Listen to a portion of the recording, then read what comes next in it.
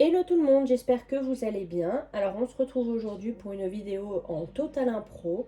Je n'avais pas prévu de faire un meal prep, mais j'aimerais bien m'avancer en cuisine parce que voilà, j'en ai un peu ras-le-bol en ce moment de cuisiner à chaque repas, à chaque fois, sans avoir d'avance. C'est un peu fatigant avec tout le quotidien à gérer.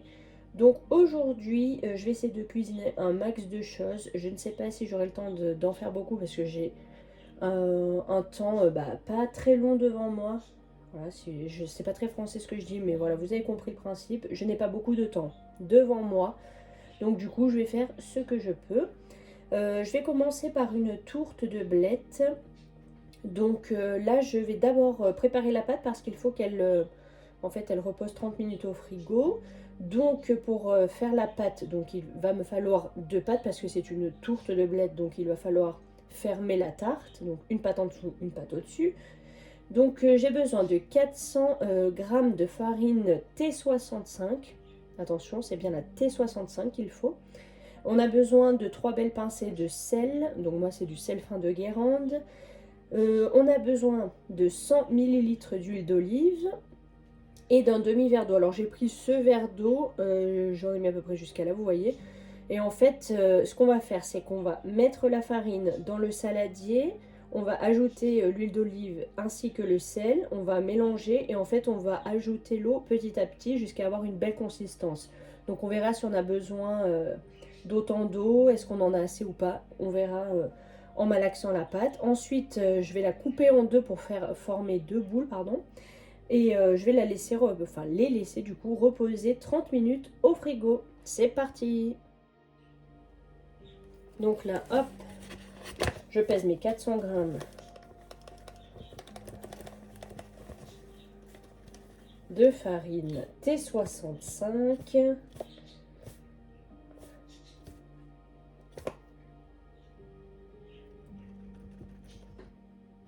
Après, quand j'aurai formé les boules de pâte, je m'attellerai à la garniture. Donc là, on a 400 grammes. Je vais ajouter les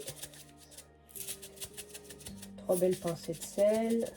Voilà, à peu près 100 ml d'huile d'olive, donc 10 centilitres.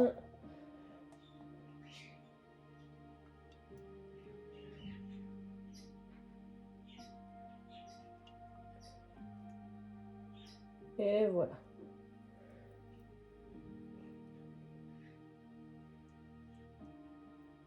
Impeccable. Je vais commencer à malaxer la pâte. Je pense que je vais commencer avec... comment dire? J'ai perdu le mot. Avec une cuillère en bois, voilà. Et ensuite, je continuerai à la main. Donc, au début, là, l'huile d'olive entre les doigts, merci bien. Donc ça, hop là.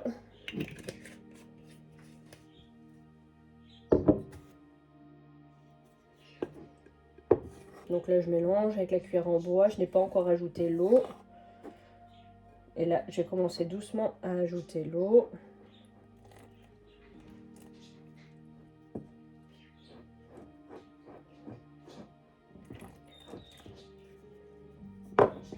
Hop.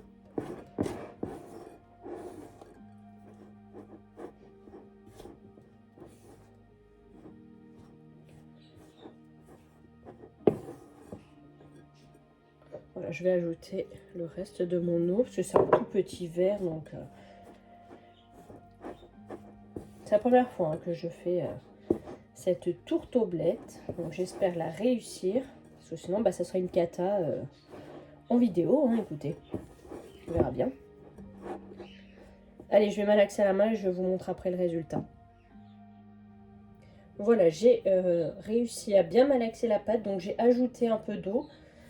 En plusieurs fois, mais un tout petit peu, franchement, je pense que ça faisait même pas l'équivalent du verre entier au total, sachant comme je vous ai dit que mon verre n'est vraiment pas très grand. La consistance me plaît bien, en fait j'ai rajouté de l'eau parce que la pâte faisait trop sableuse, et là elle me paraît bien la pâte. Donc là je vais voir le poids total de cette pâte pour pouvoir la diviser en deux boules. Donc 602, bon bah parfait, 301 grammes, il n'y a rien de compliqué. Donc 2 boules de 301 grammes. Ah, presque. 295. 302. On va y arriver.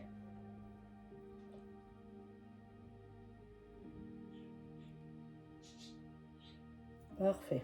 Ok. Bon bah là, tout simplement, je forme 2 boules avec les mains. Rien de bien compliqué. Et je vais mettre tout ça au frigo pour 30 minutes. Donc là, je vais nettoyer ma botte de blettes. Je vais les hacher grossièrement. Je vais les mettre dans de l'eau bouillante très salée pour les faire blanchir environ 5 minutes. En parallèle, je vais faire cuire le riz également. Donc c'est un petit verre de riz, donc je vais reprendre celui-ci. Un petit verre de riz. Faut que le riz soit cuit al dente. Et ensuite, il faudra que je mixe les blettes, pareil, pas vraiment, vous savez, pas en bouillie, quoi. Hein. Faut que ce soit haché grossièrement. Je vais couper un oignon et de l'ail pour ensuite les faire revenir dans l'huile d'olive. Quand c'est bien revenu, que les oignons sont fondants, j'ajouterai les blettes, donc mixées, cuites et mixées. J'ajouterai également mon riz, du parmesan et des œufs. Mais je vous montre ça. Donc là, j'ai mis les blettes à tremper dans de l'eau vinaigrée. J'ai enlevé les queues, là, voilà, les tiges des blettes et certaines feuilles qui étaient un peu abîmées ou enfin molles. Comme je les ai pas faites de suite, voilà, certaines ont pris un peu une claque. Mais franchement, très très beau. Ce sont les légumes du producteur et j'ai pas envie de perdre les légumes qu'on achète. Donc c'est pour ça qu'il faut que je me bouge à en cuisiner. Du coup, ça trempe. En attendant, j'ai mis l'eau pour les cuire, l'eau salée pour les cuire. J'ai également mis une petite casserole pour le riz, pareil avec du sel dedans. Je vais couper l'oignon et l'ail et je vous reprends après. Petite précision, donc on mangera cette tourte, elle sera pour 2 repas, on la mangera 2 fois, parce que ça fait quand même une tourte pour voilà, au moins 6 personnes. Donc on en mangera 2 fois et je vais accompagner ça d'une salade verte de chez le producteur, bien entendu. Et bien sûr les tiges de blettes, là, les côtes, je vais les donner aux animaux. Voilà, voilà. Du coup, les blettes sont blanchies. Bon, ça a bien réduit, hein, forcément. Le riz est cuit également. Je viens de mettre une grande poêle à chauffer avec de l'huile d'olive dedans. Comme ça, je vais mixer mon ail et mon oignon avec ce petit appareil là que je vous avais déjà montré si vous avez vu les précédentes vidéos. Donc, je vais les mettre tout de suite, enfin, je vais les mixer et ensuite je vais les mettre à cuire tout simplement. Quand c'est fait, j'ajouterai les blettes que j'aurai mixées au préalable, mais là, je les laisse refroidir et après, je vous montre le reste.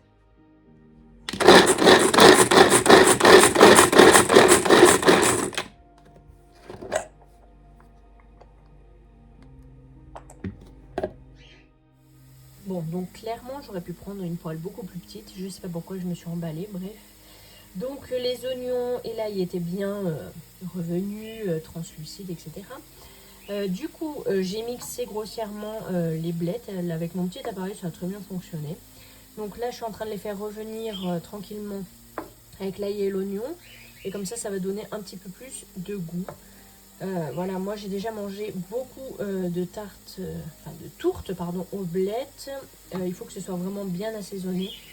Sinon c'est vraiment moins bon. Et là la recette préconise ce n'est pas une obligation, mais si on fait revenir les blettes, là dans l'ail et l'oignon, ça va prendre plus de goût.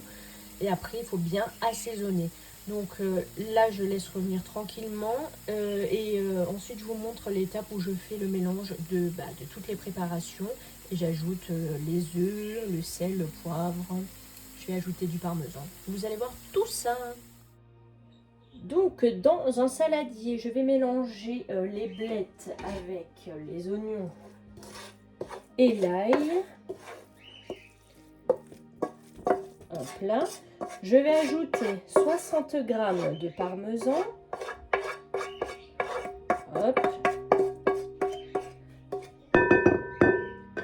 60 g de parmesan râpé.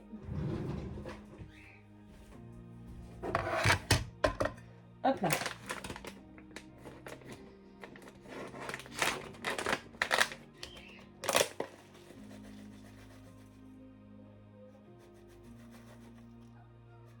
Ça fait beaucoup, 60. Sachant que j'ai pas énormément de blettes ni rien.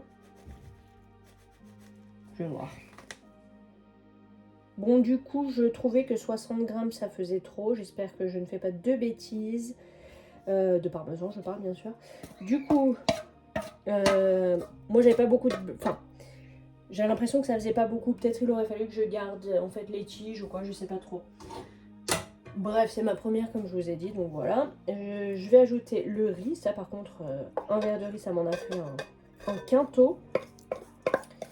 Donc je vais voir si je rajoute les 20 g de parmesan manquants. Il en fallait 60 et j'ai mis 40. Si... Donc voilà, je vais assaisonner sel, poivre et il faut ajouter 2 œufs entiers et un blanc d'œuf que l'on fouette au préalable et qu'on intègre ensuite à la préparation. Et on garde le dernier jaune d'œuf en fait pour la dorure, je présume. Alors là, je mélange le tout. Je vais vous montrer ce que ça donne après. Je vais assaisonner également, bon, ce sera fait. Alors, pour vous faire un petit récap, j'ai ajouté les œufs. Donc, j'ai fouetté donc 2 œufs entiers plus un blanc seulement. J'ai gardé un jaune d'œuf pour tout à l'heure. Ce sont les œufs en plus de nos poules, donc je suis trop contente. On a 1 à 2 œufs en ce moment par jour. Ça recommence la ponte, donc c'est super. Vous voyez la préparation, ça sent trop bon. C'est rien que comme ça, j'ai envie d'en manger. En parallèle, j'ai préparé, j'ai commencé. Bah ça alors là, je vais renverser, donc je vais basculer le téléphone. Voilà, j'ai mis à tremper la salade. Comme ça au moins elle sera prête. Je déteste nettoyer les salades, ça me saoule. Mais bon, il faut bien le faire. J'ai également fait mon autolyse pour mon pain au levain parce qu'en parallèle je fais du pain au levain. Là je vais étaler les pâtes pour enfin finir ma tourte et je vous montre tout ça quand j'ai étalé les pâtes, j'ai mis la préparation dessus avant de refermer et ensuite le résultat final. Alors j'ai abaissé les 2 pâtes, j'en ai mis une en dessous assez large, j'ai réparti toute la préparation dessus, j'essaie de faire le plus plat possible.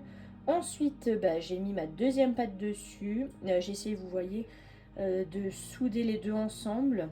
Après j'ai pris mon jaune d'œuf, j'ai mis une goutte d'eau, c'est ce qu'il disait de faire, j'ai fouetté et ensuite j'ai badigeonné la tourte de jaune d'œuf et j'ai fait la cheminée. J'ai essayé de la faire voilà,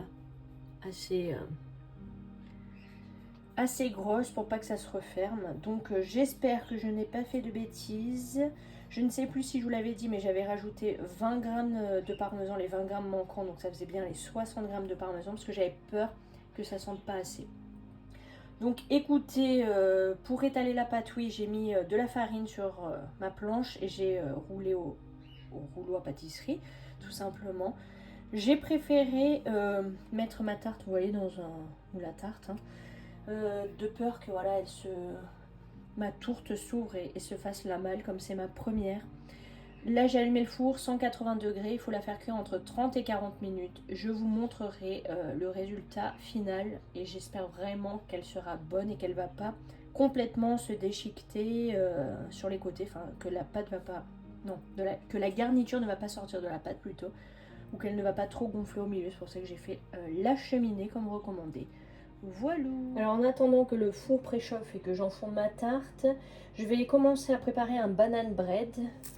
Donc j'ai pris 3 bananes, elles sont pas très grandes.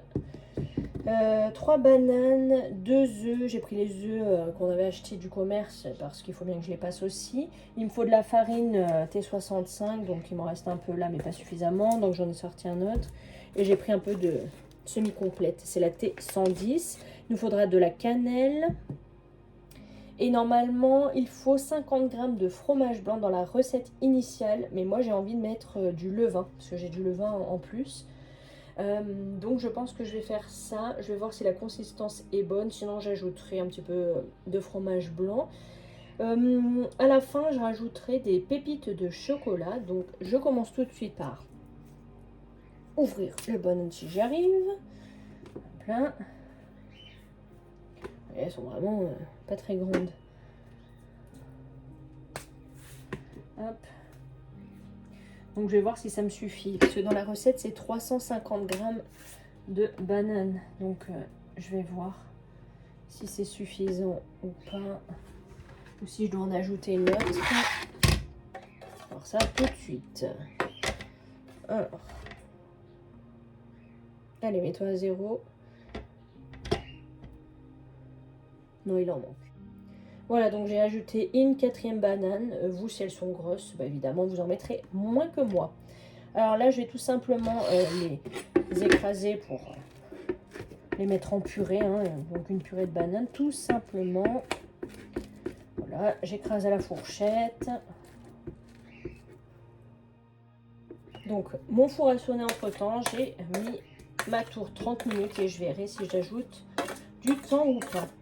Donc là, mes paranoïas, c'est ça, mes bananes sont en purée. Je vous conseille de prendre des bananes bien mûres si possible. Moi, elles étaient encore un peu fermes quand même dedans. Vous voyez, la peau, elle commence à peine à noircir. Hein. Mais voilà, j'avais envie de faire un banane bread pour le petit-déj. Enfin, les petits-déj, même. Donc là, je mets mes bananes en purée. J'incorpore mes 2 œufs. Alors, les coquilles d'œufs ainsi que les peaux de banane, moi, je les mets au compost. Je broie les coquilles d'œufs, en fait. Et, super, un bout de coquille. Et les bananes, je les coupe en petits morceaux. Je vais pas vous filmer mon pain au levain, parce que bon, il faut encore que j'apprenne. Mais je vais vous montrer. Là, mon levain, vous voyez, il est bien actif. En fait, il y avait ça. Et là, il a largement doublé. Il est bien bulleux. J'essaie de vous montrer. C'est pas faster. Hop. Vous voyez, il est bien bulleux, donc je vais l'intégrer à ma farine et mon eau et j'ajouterai ensuite mon sel. Voilà, c'était juste une parenthèse. Donc revenons-en à nos moutons. J'ai mélangé, j'ai bien battu les 2 œufs entiers avec les bananes. Je vais ajouter tous les autres ingrédients. Et j'avais oublié de vous montrer, il faut un sachet de levure chimique. Moi, je vais mettre du bicarbonate alimentaire comme ceci. Plus mon levain, parce que comme j'en ai fait, tant qu'à faire, je m'en sers. J'ai mon levain chef au frigo. Donc, vous le remplacerez si vous n'avez pas de levain. Et en plus, ça, c'est une expérience. Donc, voilà. Aujourd'hui, je prends tous les risques possibles en cuisine. Non, je plaisante. Vous mettrez 50 g de fromage blanc à la place. Alors là, je vais ajouter ma farine. Donc, ce que je vais faire, c'est que je vais mettre sur les 200 g de farine qu'il faut, je vais mettre 50 g de semi-complète.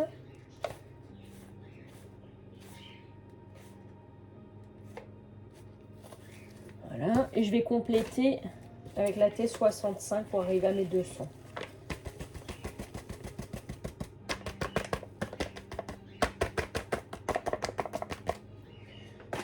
Il n'y en a pas assez comme prévu. Hein. Hop. On passe des quintaux de farine. Hein. Entre le pain, les pâtisseries, enfin les petits déj goûtés, les pâtes maison, etc. Pâtes maison, genre pâtes brisées, tutti quanti quoi. Donc 200 on a dit. Plus nourrir mon levain en plus avec la T65. On est bon. Je vais ajouter l'équivalent à peu près d'une cuillère. Parce que mon levain en fait ne va pas vraiment permettre de faire lever. Il va y contribuer mais c'est voilà pour le goût et pour le passer comme je vous ai dit. Donc là je vais ajouter 50 g de mon levain. Je sais pas vraiment ce que ça a donné. Parce qu'habituellement, en fait, on remplace une partie de la farine et une partie de l'eau par du levain. Donc si je mets par exemple 50 g de levain, j'aurais dû enlever 25 g de farine et 25 g de liquide. Voilà. 50. On est bon. Donc j'ai ajouté la cannelle en belle quantité. J'ai mis un chouille de sucre de coco parce que j'avais peur franchement vu que les bananes ne sont pas non plus extra mûres, bah, que ça soit un peu fade on va dire. Parce que normalement c'est la banane qui sucre. Hein. Écoutez la texture déjà mélangée, elle est pas mal. Une bonne pâte. Je vais peut-être faire un petit peu tomber la cannelle. Mais ça sent bon.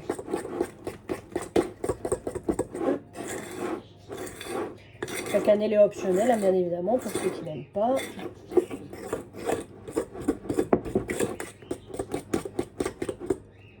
Oh, la pâte est pas mal. Hein. Regardez. Franchement, elle est bien. Bon, écoutez.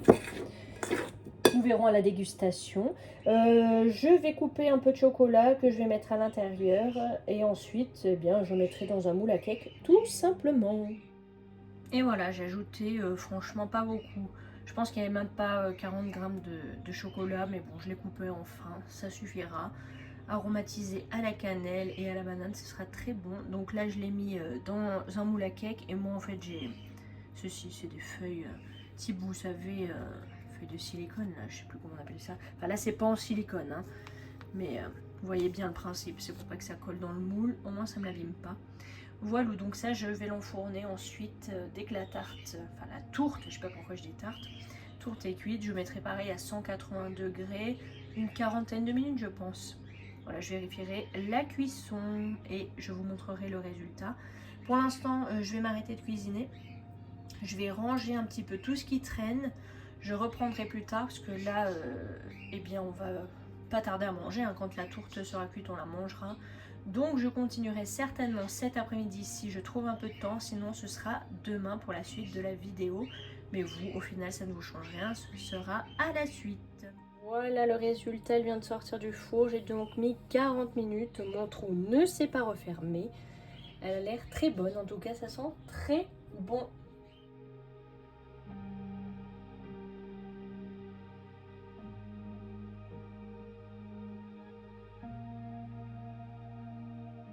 Et voilà, le banane bread est cuit.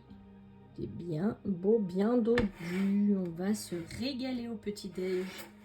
On peut accompagner ça d'un yaourt, d'un fruit, voilà, ce que vous voulez. On aura pour deux petits déjeuners, donc c'est top, je suis contente. Vous voyez, je l'ai coupé en deux, je voulais vous montrer à l'intérieur. Franchement, il a l'air hyper bon, bien moelleux. Avec les petites pépites là. Je les coupe en deux, comme ça j'en garde une partie pour demain matin et l'autre je la mets au congélateur. On n'aura plus qu'à le sortir la veille et voilà, se le découper le matin. Et on va, comme je vous ai déjà dit, 20 fois se régaler, ils sont tellement bons. Comme il me reste encore du levain là que j'ai fait réactiver, pour le futur mois, eh bien, je vais préparer une pâte à tarte parce que dans les jours qui arrivent, j'aimerais bien faire une tarte au poireau et au lardon fumé. C'est vraiment trop bon. Et j'aime bien faire la pâte maison, hein, 99% du temps, je la fais maison. Donc du coup, je vais utiliser 160 g de farine T65, je vais mettre 50 g de farine de sarrasin, je vais mettre du sel, enfin de Guérande comme d'habitude, 70 g de levain et 100 g d'eau. Voilà, donc je vais mettre tout ça dans un saladier et je vais mixer, oui bien sûr, je vais mélanger, hein, je vais pétrir avec les doigts. Voilà, je vous montre le résultat ensuite. Au fait, j'ai oublié de vous dire, on a goûté du coup, on a mangé la tourte aux blettes, elle était vraiment excellentissime. On s'est régalé, elle était super bien assaisonnée et tout, trop contente. Donc là, nous sommes forcément après le repas, hein, l'après-midi. Je vais faire vraiment deux petites préparations et je pense que ce sera tout pour le moment et pour cette vidéo parce que j'ai peur qu'elle soit trop longue après, que ce soit ennuyant pour vous. Donc là j'ai presque fini de malaxer ma pâte. Ce que je vais faire, c'est que je vais la mettre en boule et au congélateur et le jour où je voudrais la préparer, ben, je la sortirai la veille tout simplement pour pouvoir la préparer. Et voilà, j'aurai déjà ma pâte de faite comme si j'en sortais une du commerce hein, tout simplement, mais sauf qu'elle sera faite maison, donc bien meilleure. Je vais également faire, j'avais envie de préparer des desserts parce qu'on n'en a plus. Enfin, il reste quelques fromages blancs mais c'est tout. Du coup, je pense, enfin pas je pense, je suis certaine, je vais faire des mousses au chocolat, mais je vais me servir du Compact Cook. Voilà, je me suis dit, bah tiens, il n'a pas travaillé aujourd'hui avec mes mains qui ont travaillé, alors à son tour un peu. Donc voilà, je vais m'en servir pour faire de bonnes petites mousses pour les desserts. Et voilà, la pâte est prête. C'est parfait. Je serai trop contente quand je vais faire ma tarte, elle sera déjà prête. Impec. Alors pour la mousse au chocolat, j'ai trouvé cette recette. Je ne sais pas, moi je mets jamais de lait. Mais j'ai envie de suivre quand même la recette. Par contre, je ne vais pas mettre le sucre en poudre. Parce que je sais que ce sera trop sucré pour nous. Donc voilà, je vais faire, je vais suivre la recette. On en aura pour plusieurs fois. Donc c'est top. Du coup, il fallait utiliser 6 œufs bien frais. Donc j'ai pris ceux de nos poules, hein, tout simplement. Pas ceux du jour, bien évidemment, parce qu'il faut, d'après ce qu'on avait compris, ne pas manger les œufs du jour. Voilà, donc les 6 derniers œufs, mais sans compter ceux d'aujourd'hui. Qu'est-ce que je voulais dire d'autre? Donc j'ai mis les 6 blancs. Il disait de séparer, donc là, 3 jaunes. Bon, j'en ai explosé un.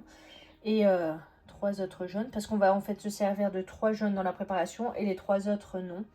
Donc c'est pas grave, je vais les garder pour faire autre chose, c'est pas un souci. Regardez-moi ces beaux blancs en neige. Magnifique. Je vais les débarrasser et suivre le reste de la recette. Là, c'est ce qu'ils me disent, pardon, de faire débarrasser les blancs en neige dans un plat recouvert de papier absorbant, très chelou, en utilisant la spatule réservée. Oui.